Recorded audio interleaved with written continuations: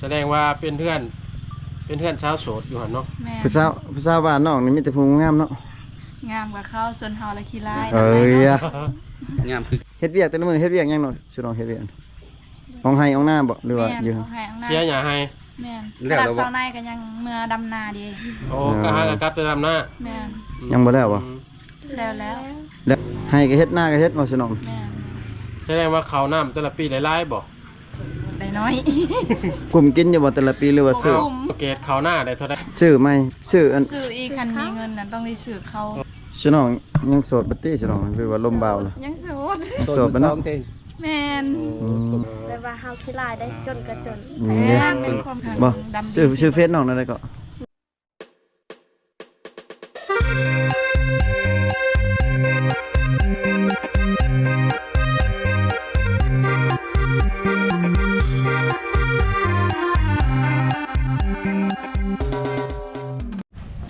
ทักทายสบายดีพ่อแม่พี่น้องยามแรงๆพี่น้องเอ้ยเนาะกะมื้อนี้มาหาน้องๆเพิ่นเนาะที่ว่ามี FC เพิ่น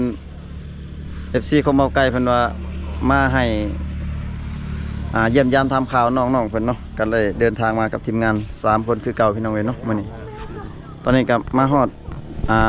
หมู่บ้านหรือว่าเฮือนของน้องแล้วพี่น้องเอ้ยนี่ทีมงานเฮาโอ้กล่องลายอีหลีพี่น้องเอ้ยมีแต่ภูมิงามเลยพี่น้องให้น้องเพิ่นทักทายสบายดีมั้ยนะสบายดีเนาะ โดยสบายดี มีแต่ภูมิงามเนาะ สินก็งามๆพี่น้องเอ้ยสินยังสินซุ่มน้องตำเองบ่ อีแม่ทำให้ ซุ่มน้องตำบ่เป็นบ่ บ่เป็น ยังบ่เป็นพ่อแม่ยังบ่ได้สอนให้เนาะ สอนอยู่แต่ว่าลูกขี้ค้าน ลูก ลูกขี้ข้านตาม แม่นจบบาดเดียว ถือว่าตำบ่เป็นหั่นแหล้วเนาะ แม่น เอาเฮ็ดได้บัดไปเฮือนปู่เฮือนย่าได้ซั่น ข่อยเฮียนอีก บาดละพัวอะไรจังเคียนน้ำหลัง แม่น มันน้องนายนี่ตำน้องนายก็ตำบ่เป็นบ่ บ่เป็น เออ ผู้นี้แม่นน้องเกด น้ เนาะ องเกดบ่น้องเกด น้องนายพี่น้องเอ้ย น้องเกดน้องนายพี่น้อง สาวในกันนี่ยิ้มงามเลยพี่น้องเอ้ย เป็นหมู่กันเซียวกันเฮาก็เห็นแต่มือเพิ่นไปอาบน้า บ่าวไทยยังบ่เคยเห็นจักเทื่อหันก็มาครั้งแรกเลยพี่น้อง บ่คือพวกน้องนอนอยู่เฮือนนํกันบ่เวลากลางคืนนะคนละเฮือน แม่น อย่าว่ามานอนเป็นหมู่กันบ่แม่นบ่ บ่แม่น น้องนายน่ะนอนกับไผ นอนกับกี้ อยู่ไส นี่เด้เฮือนกี้ โอ้เพิ่นกี้นี่โอ้ แม่น เพิ่นบอกนึงนี่ เมื่อกี้นี่เด้กี้ เพิ่นขับรถบอกมึง แม่น โอ้อ้ายก็บ่จื้อปานใดคงอยู่มืดๆนี่โอ้พี่น้องเอ้ยแสดงว่าเป็นเพื่อนชาวโสดอยู่หั่นเนาะ แม่น ผู้สาวบ้านน้องนี่มีแต่ผู้งามเนาะ งามกว่าเขาส่วนเฮาละขี้ร้าย เอ้ยอะ งามคือกัน งามเบิดเด้ โอ้ย เฮ็ดเวียกแต่ละมื้อเฮ็ดเวียกหยังเนาะสุน้องเฮ็ดเวียกของให้ของหน้าบ่หรือว่า แม่น อยู่ เขาให้ข้างหน้า เสียหญ้าให้ แม่นขนาดเช้าในก็ยังเมื่อดำนาดี โอ้ก็หากะกลับไปทำหน้า แม่น ยังบ่แล้วบ่ แล้ว แล้วมื้อนี้ แล้วไวเนาะ หน้าชุบน้องเองบ่หรือว่าไปส่งแห้งเขา นาในเอง น้องเกดได้เฮ็ดแต่ให้บ่ เฮ็ดคือกันนาหากะมื้ออื่นสิไทยนาก็คือกะสีดำ ผู้ใดไทยให้น้อง อ้าย อ้ายโอ้ ให้ก็เฮ็ดหน้าก็เฮ็ดบ่สุน้อง แม่น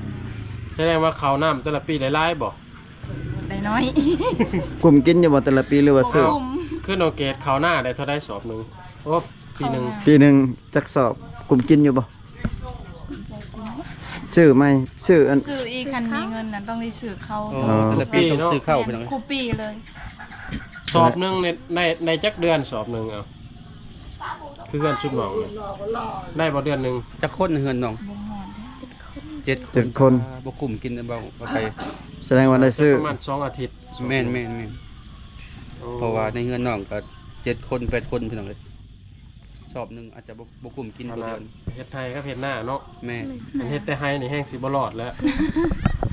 แฮงเขาให้ก็แฮงบ่งามเลยแดดเด้ สุน้องบ่ได้ไปหารับจ้างบ่รับจ้างทำหยังบ่มีอยู่บ่คนจ้าง มีอยู่แต่ว่าบางมือมีบางมือบ่มี อ๋อ เป็นมือที่มี ส่วนหลายเขาจ้างหยังส่วนหลายไปเฮ็ดหยัง บางทีเสียหญ้ามันแล้วบางทีเสียหญ้าไห้แล้วบางทีก็ดำนามีหลายแนวสิเขาสิจ้าง มือเท่าใดเขาเจ้าจ้างในบ้านน้อง มือละแสน โอ้มื มื้ อ อ ละ ละ แส แส น น แม่น หรือว่าประมาณ150 บาทพี่น้องเอ้ยถือว่ายังเป็นค่าแห้งขั้นเริ่มต้นอยู่ ยังถึกเนาะ แม่น ชิน้องยังโสดบ่ติชิน้องหรือว่าลมเบาเลย ยังโสด โสดบ่เนาะ เอง แม่น อืม โสดเด้อไผจิตทำเลย นี่ไง FC มักคนใดก็เลือกเอาพี่น้องเอ้ย เพิ่นว่ายังโสดบ่ได้พี่น้องเอ้ย หรือว่าติดต่อทางเฟซทาง LINE ก็ได้ ว่า พี่ แม่น น้อง ว่าแม่นเลือกลายไปจากเนาะ ไผ ซื้ สิ อ เลือกลายเลือกบ่ได้เนาะแม่น เออ แบบว่าเฮาขี้ลายได้จนก็จน นี่ แม่ ไง นเป็นความเป็นความ จนกระจนพุ่นน่ะ ทั้งขี้ร้ายทั้งจนเขาเลยบ่มัก แม่น อืม บ่ ดำดี ชื่อเฟซน้องนั่นได้ก็ มีนานาซิว มีหน้า มีหน้าหน้าซิว หน้าซิว ตัวลาวเนาะ ป็ภษเนาะ แม่ แต่ น ว่าบ่มีซิวเด้ คือบ่ว่าหน้าขาวใช่เนาะ คือว่าหน้าเกี่ยงคือว่างามไปเลย มีหน้าขาวเขาว่านี่มีหน้า ซื้อแต่เก่าพุ่นเนาะ แม่น เป็นภาษาลาวพุ่นเนาะ คนงามๆพี่น้องบัดน้องอันนี้ เฮ็ ได้ ดน้ สั อก งเด้ น้องเกดคนเดิม น้องเกดคนเดิม ตัวลาวตัวไทย ตัวลาวหรือตัวไทย ตัวลาว เอามา ตัวลา เพิ่ ว ม พี่น้อง เติมคือยังโสด โสดชิคๆ ตัวลาวบ่ได้สิ โสดมือซองเล ไอ้ ย เดี๋ยวอย่าเว้าไล่แม่ เดี๋ยวคือว่าสาวยังโสดอยู่เด้อพี่น้องเอ้ยมี2ทางติดต่อเนาะถ้าว่า FC อยาก มีสองทาง ติดต่อ ก็ทักหาได้พี่น้อง บ่แม่นบ่แม่นเอาคารองแพงบ่จักบ่มีผู้ บ่ มา แพงเนาะ มา เท่าไรขาดองพ ถ้าว ก ได้ น้อง แม่จะเอาขนมบอก แต่ว่า แม่ ตามชุดหมองพิษ ตามใจพ่อน้อง น้องเกดก่อนเนาะเขาได้คารอง ประมาณ ข่อยยังบ่ฮู้ ต้องไปถามพ่อแม่ แม่น พ่อน้อง พ่อแม่ ก็ เบิด ต้องได้ น้ ป อง รึก ในเด้ ษาพ่อแม่เด้ อืม ฮะ สุดแล้วแต่พ่อแม่บอก แม่น โอ้ แบบผู้ใหญ่เว้าเนาะคารองเนาะ แม่นสุด แส ผู้ ดง ใหญ่ ว่า แล้ว ผู้สาวเขตนี้แม่นอิงตาม อิงตาม พ่อ พ่อแม่ แม่หรือผู้ใหญ่เว้า แม่ อืม แต่ว่าบางเขตน่ะก็อิงตามผู้ว่าผู้สาวเขาจะตกลงกัน คือบ้านน้องนี่แม่นต้องไหลรอดถาพ่อแม่ถ้าเขาถึงผู้ใหญ่เลยก็ถือว่าสบายพี่น้องเอ้ย ไหนแต่เขาเคยเคิด น้องเกดมื้อนี้ก็ไปอันนั้นออกไห้ออกสวนบ่หรือว่าอยู่เฮือน นี่อยู่เพื่อน อ๋อน้องแล้วเลย ฝ พี่ น เวียน ตก ฝนตกเด้ อืม อืม ส่วนน้องสาวมีนานี่แข็งเลยเปียกเลยเนาะ สุดยอดเลยสาวมีนา มื้อนั้นคือเห็นได้หลายคนเข้าไปใช้เบิดน่ะ ก็ เซาเก ผู้จังเก่งอาบน้ำ กี้ไปอาบน้ำเนาะแล้วผู้ใดอีกคนหนึง สาวบงก็อยู่เพื่อนหาก็ได้มา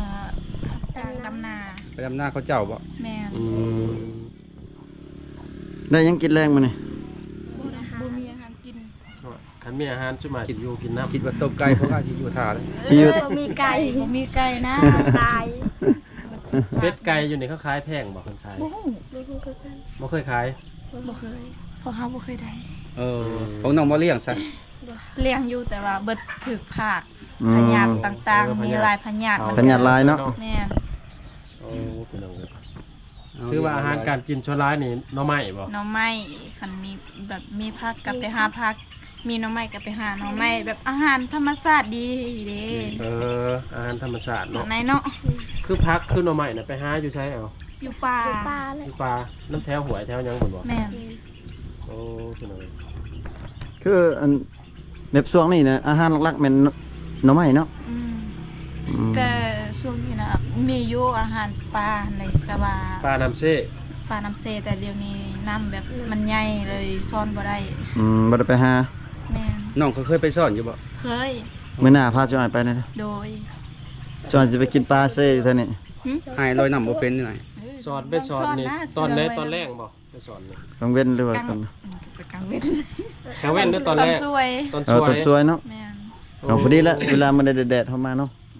ไป ถ้า ให้ มัน น้อง แดดๆแล้วชั่วโมงสิมามีแต่น้องหาหมูอีก2คนเนาะ โดย พอดี4คนพอดีง่าเป็นเอาเลย โดย ไปหากิน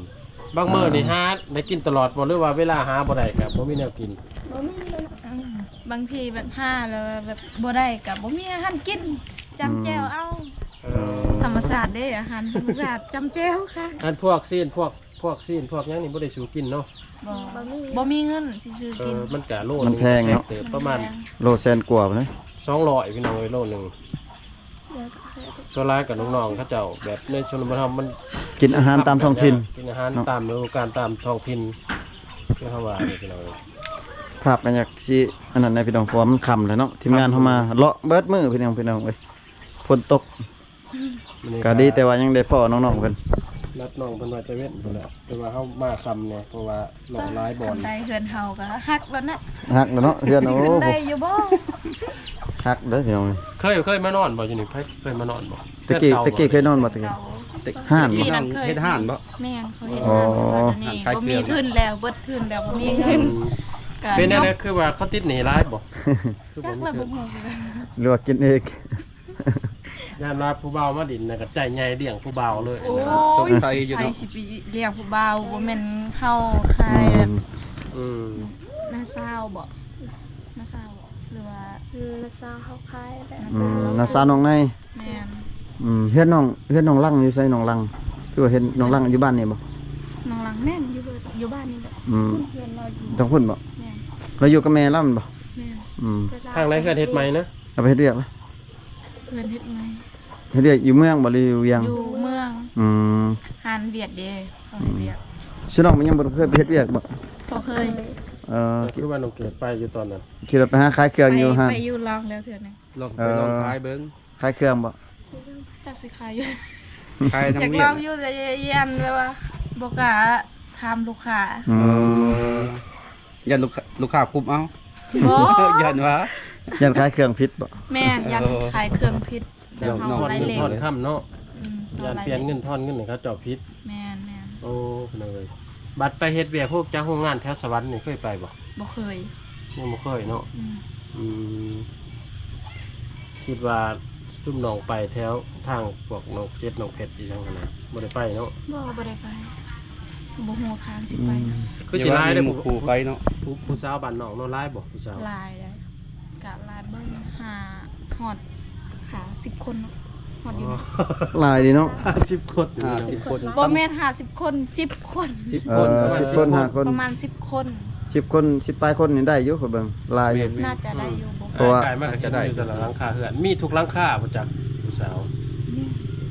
สาวหลายในหมู่บ้านนี่มื้อหน้าสิมาลองลิ้นเบิ่งเนาะมาลิ้นกลางคืนนี่ก็ได้บ่ ได้ พระเจ้า บ่ได้คล่ำบ่ รอ เออ อืมอย่าว่าผิดหีดผิดหีดผิดคอง รอ ขึ้นเฮือนปะไม้หมู่ปะ คิด ไม้ ว่า ไก่ เฮาแบบว่ามาเล่นคันมีข้าวมีน้ำก็ใส่ให้เขากินแบบ อ๋อ แบบมีแขกหั่นเด้เฮา บ่ ถื มี อ อา ว่า หารกะตำแจ่ว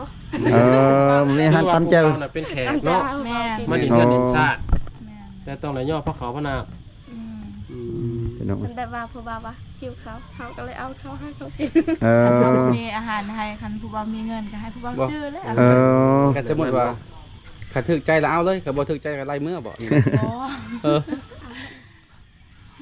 เอาเบิดว่ะ ต้อง เอาบ่ บ่ได้ติด เข้ามานี่เขานัดก่อนบอกเวลาผู้บ่าวอย่างมาดินนี่ บางทีมีเฟซก็นัดอยู่ นัดใน แต่ เฟ ว่า ซ บางทีบางคนก็เขาถามแบบ ถามคนแถวบ้าน แม่ แถวบ้านเอา ว่าอยู่ไสเฮือนผู้สาวเขาก็บอก อืม บอกอะไรให้ได้แล้วเขาขึ้นไปเลย เขาเอิ้นแล้วว่าแบบเขาว่ามีผู้สาวเขาก็บางทีเขาขึ้น เขามาหอดเพื่อนเขาต้องเอินก่อนมีผู้สาวบอกก่อน แม่น คันแล้วผู้ได้ตอบบัตรนี่ผู้สาวบอกหรือพ่อแม่ พ่อแม่ผู้สาวบางทีนอนแล้วก็มี บางเทื่อก็บ่กล้าคานเนาะ แม่ แสดงว่าพ่อแม่ก็บ่ได้ให้เนาะเขาจะมาดินเนาะ ได้ โอ้ค เอ รั อบ เคยเห็นบางบอนเขาเจ้าบางเทื่อปลุกบ่ลูกก็ขึ้นไปเอิ้นเอาอยู่เทิงเฮือนนั่นแม่นบ่ นั่นก็บางทีก็มีคันเฮือน แม่ แต่ น ว่าเฮือนเขาบ่ได้ล็อก แม่นบางคนเฮือนบ่ได้ล็ เพื่ อ อก นบ่มีห้องบ่มีบอลล็อกเนาะ แม่น พอพี่น้องจนค่ำจนมืดพี่น้องเอ้ยก็ขอโทษขออภัยนำ FC เนาะพี่น้องเนาะเพราะว่ามันมืดแล้วไว้โอกาสหน้าก็สิได้มาหาน้องใหม่ พอกันใหม่เด้อ มาหาใหม่ก็ได้ติ ได้ พี่น้องเอ้ยก็คลิปนี้ก็สิได้ขออนุญาตปิดไว้เพียงเท่านี้ก่อนพี่น้องเอ้ยอยู่ดีมีแฮงเบิดสกูทุกคนพี่น้องเอ้ย คลิปหน้าได้พอกันใหม่ โอเค